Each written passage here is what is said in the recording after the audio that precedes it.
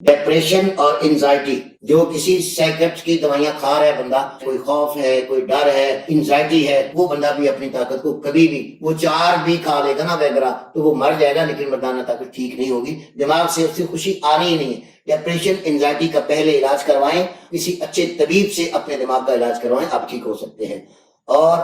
ایک وہ بندہ جو صوفیزم میں چلا گیا، تسبیحات، نمازیں، تہجد، روزے، اور بیوی جوان بیٹھی ہے، کبھی پوچھا ہی نہیں، وہ آدمی بھی مردانہ کمزوری کا مریض ہو جائے گا، اور کثرت سے بیوی کے پاس جانے والا بھی مریض ہو جائے گا۔ موسم کے لحاظ سے، صحت کے لحاظ سے، عمر کے لحاظ سے آپ اپنی طاقت کو دیکھتے ہوئے آپ اپنا اچھا ماحول بنا کے اس دور میں اچھی خوراک والا 4-5 دن بعد بیوی کے قریب جا سکتا ہے، غریب اور مزدور اور کم صحت والا بندہ 8-10 دن بعد قریب چلا جائے، جو بالکل کمزور ہے وہ 15 دن بعد، اور 50 سال کے بعد والے تو مہینے میں 1 دفعہ بھی چلے جائے تو تیری تسکین مل جاتی ہے۔ ضروری نہیں ہے کہ آپ ڈاکٹروں کے پاس جا کے وغیرہ استعمال کر کے اپنی قبر اور کفن کا انتظام کریں۔